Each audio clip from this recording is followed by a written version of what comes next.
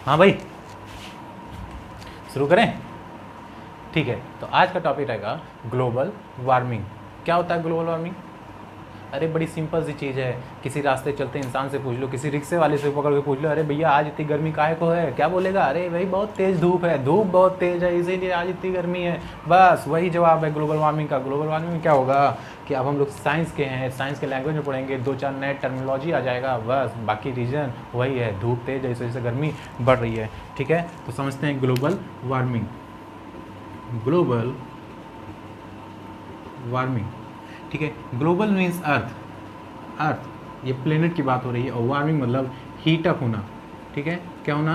Heat up होना, या फिर राइज इन टेम्परेचर, टेम्परेचर का बढ़ना। क्लियर? अच्छा, सपोज करते हैं ये क्या है? अर्थ। क्या ये? अर्थ। क्लियर? अर्थ के चारों ओर क्या रहेगा? अरे भाई अर्थ के चारों ओर क्या रहेगा? एटमॉस्फेयर। अरे गैसेस जो हैं, हम कहाँ अर्थ पे रहते हैं? अर्थ के सरफेस पे ही तो रहते हैं ना। और हम चारों ओर किससे घिरे हुए हैं? एटमॉस्फेयर से घिरे हुए हैं, गैसेस से घिरे हुए हैं। क्लियर? अच्छा, तो एटमॉस्फेयर में भी बना दें हम।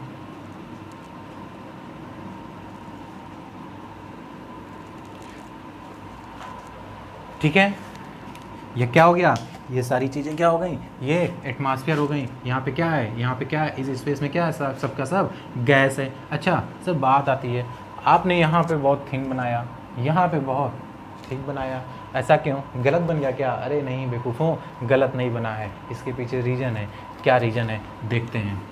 होता क्या है कि पोल के साइड में, अच्छा पोल इक्वेटर तो जानते होगे, हाँ, अर्थ के अपर और लोअर साइड में क्या होता है? पोल। यहाँ भी क्या होगा? पोल। इस तरफ क्या रहेगा? इक्वेटर। और इधर भी क्या होगा? इक्वेटर। क्लियर? अब क्या होता है कि इक्वेटर पे जो थिकनेस होती है, ये थिकनेस, ये जो अर्थ के ऊपर एटमॉस्फेयर की थिकनेस है इक्वेटर पे, ये क्या होती है? ज़्यादा होती है, मैक्सिमम होती है, मोर देन पोल होती है। और ये थिकनेस होती है अप्रॉक्सीमेटली 18 किलोमीटर।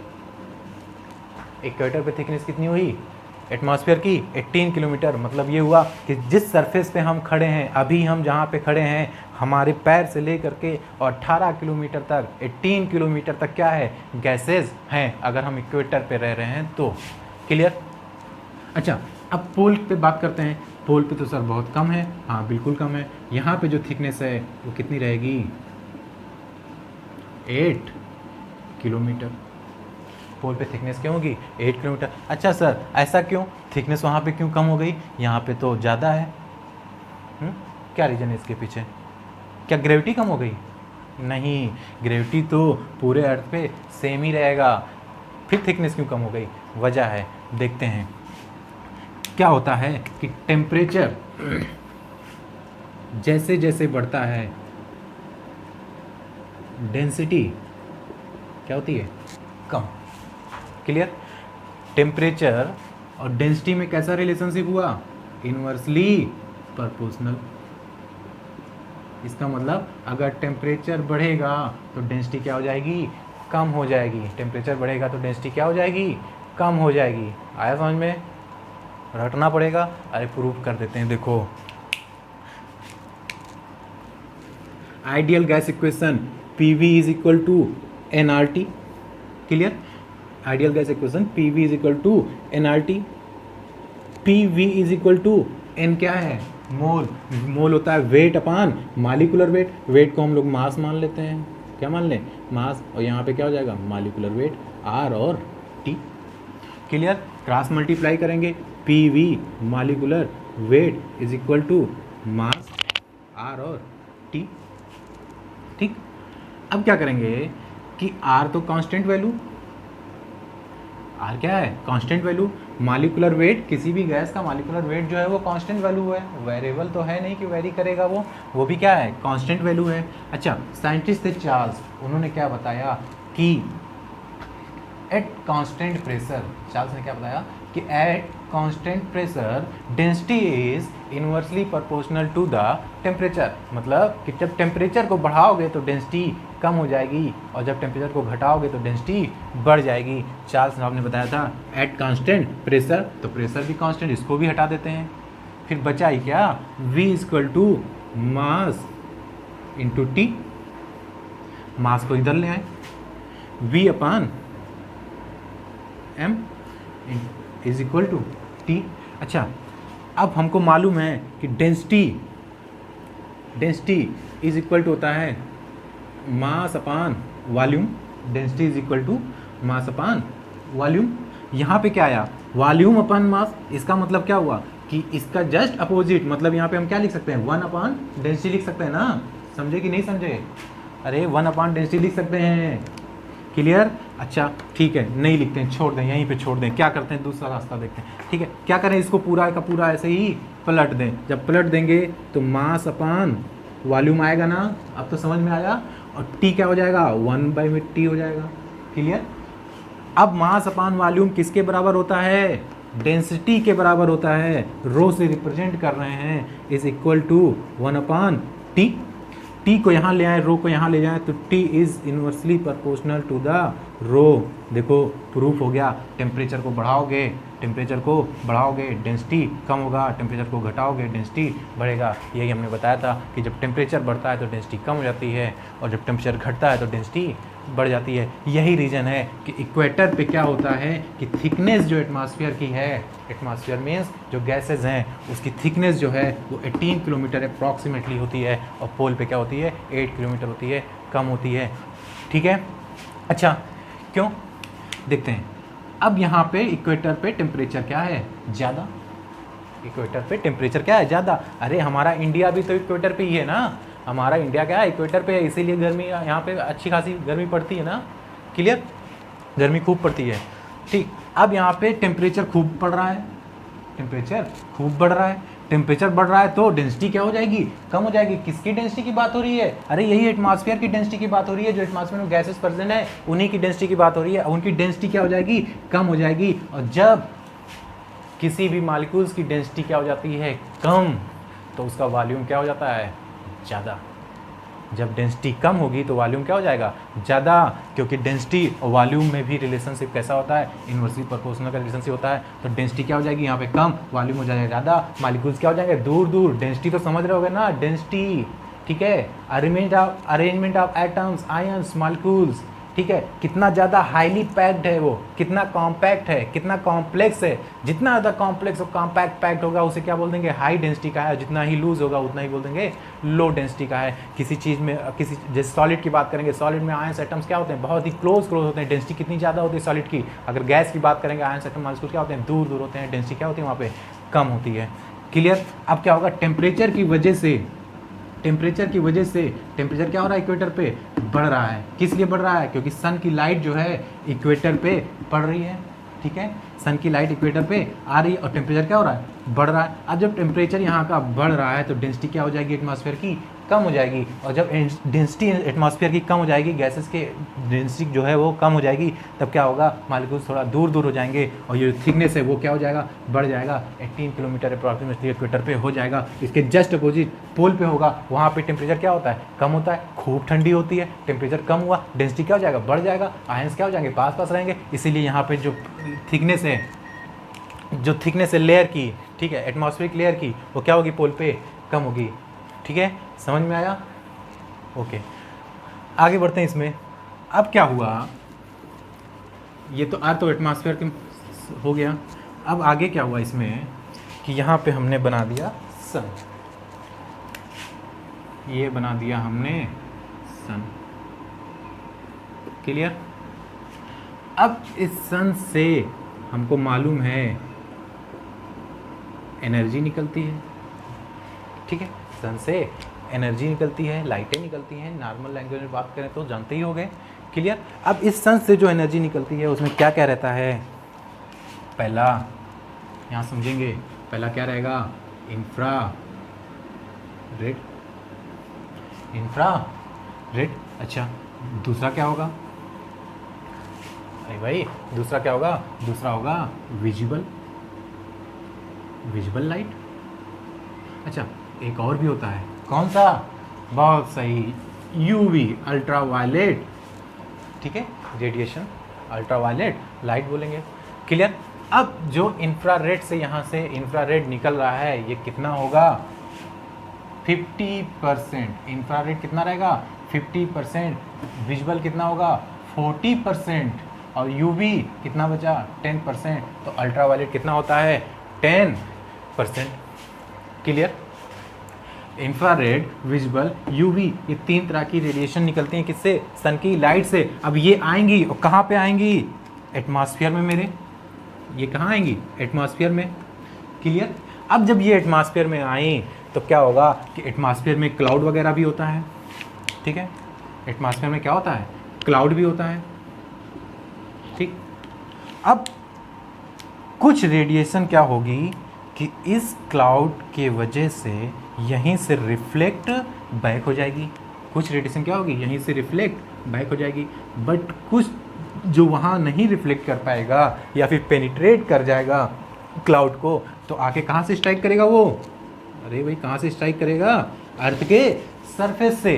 कहाँ से स्ट्राइक करेगा, अर्थ के सरफेस से। अब अर्थ के सरफेस पे जब ये स्ट्राइक करेगा तो इसके पास क्या है, एनर्जी है। इस एनर्जी की वजह से क्या होगा, अर्थ का जो सरफेस है वो क्या होगा, उसका टेम्परेचर राइज करेगा। अर्थ का सरफेस क्या हो जाएगा, हीट अप होगा, टेम्परेचर क्या करेगा, राइज करेगा। क्लियर। अब जब ये इंफ्रारेड रेज जब यहाँ पे आके टकराई इस अर्थ के सरफेस पे, ठीक है, तो टकराने के बाद क्या होगा, इसको वापस भी जाना है।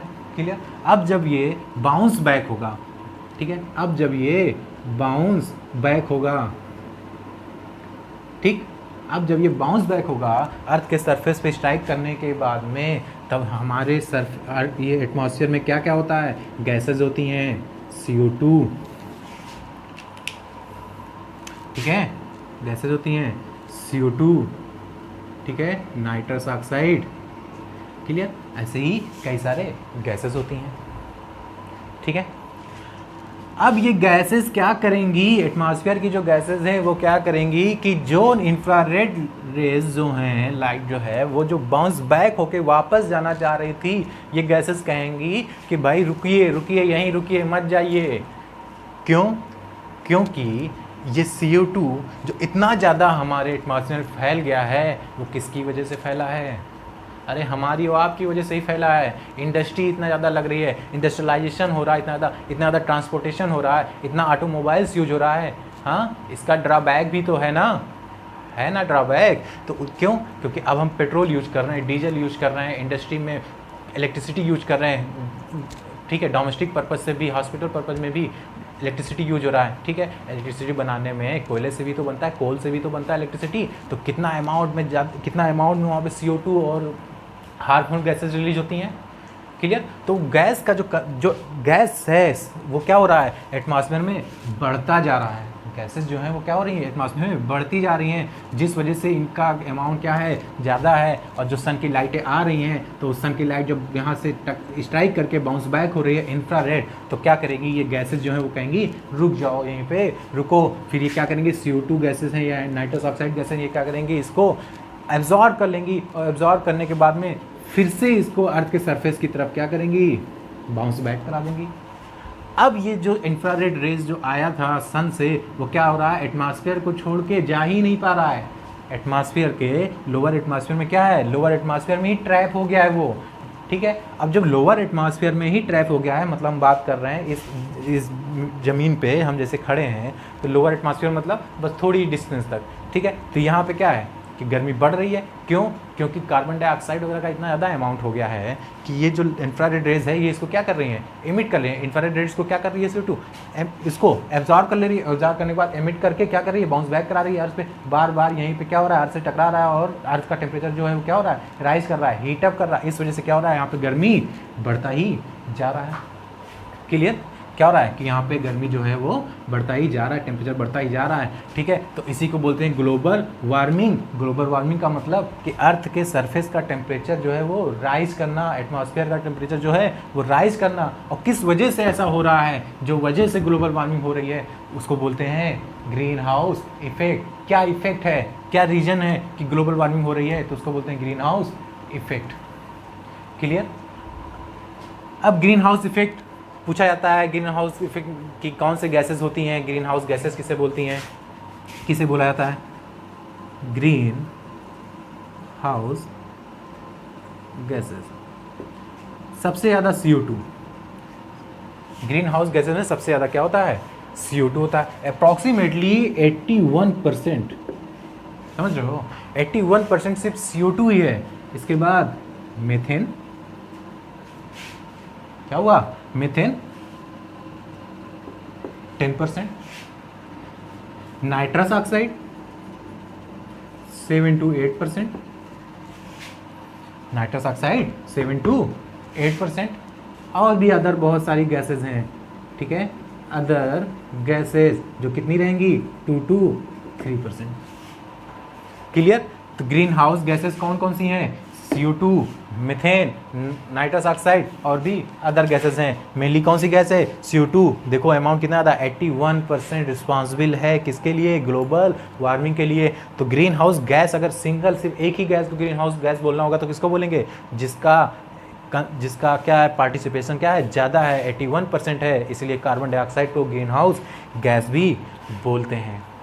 क्लियर, इतना समझ में आया, okay, thank you. Note down करिए भाई।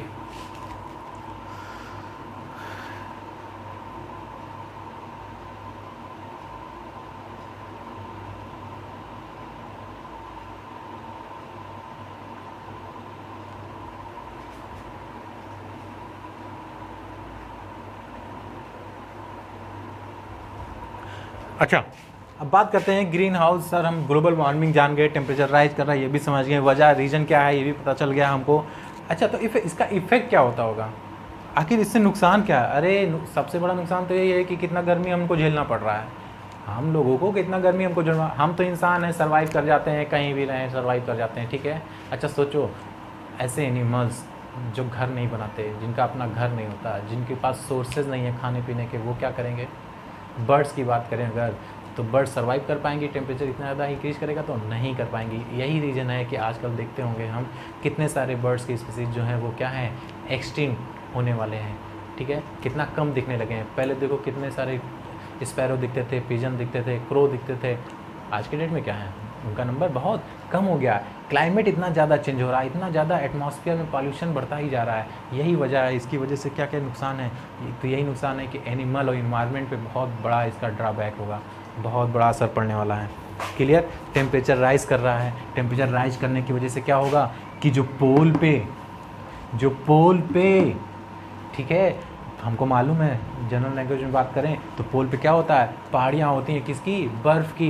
अब टेम्परेचर जब इतना बढ़ेगा तो बर्फ़ रह पाएगा, नहीं रह पाएगा, क्या होगा, गलेगा। और जब बर्फ़ गलेगा तो लिक्विड उसका कहाँ पे आएगा, अरे सी में तो आएगा, समुंदर में ही तो आएगा। और जब समुंदर में उसका लिक्विड आएगा तो समुंदर का लेवल जो है, सी का लेवल जो है वो क्या हो जाएगा, बढ़ जाएगा। और सी का लेवल जब बढ़ जाता है तभी क्या होता है, हाँ, जितने भी सी के आसपास जितने भी लैंड हैं जहाँ पे लोग रह रहे हैं वो सबका सब क्या होता है, समुद्र में डूब जाता है।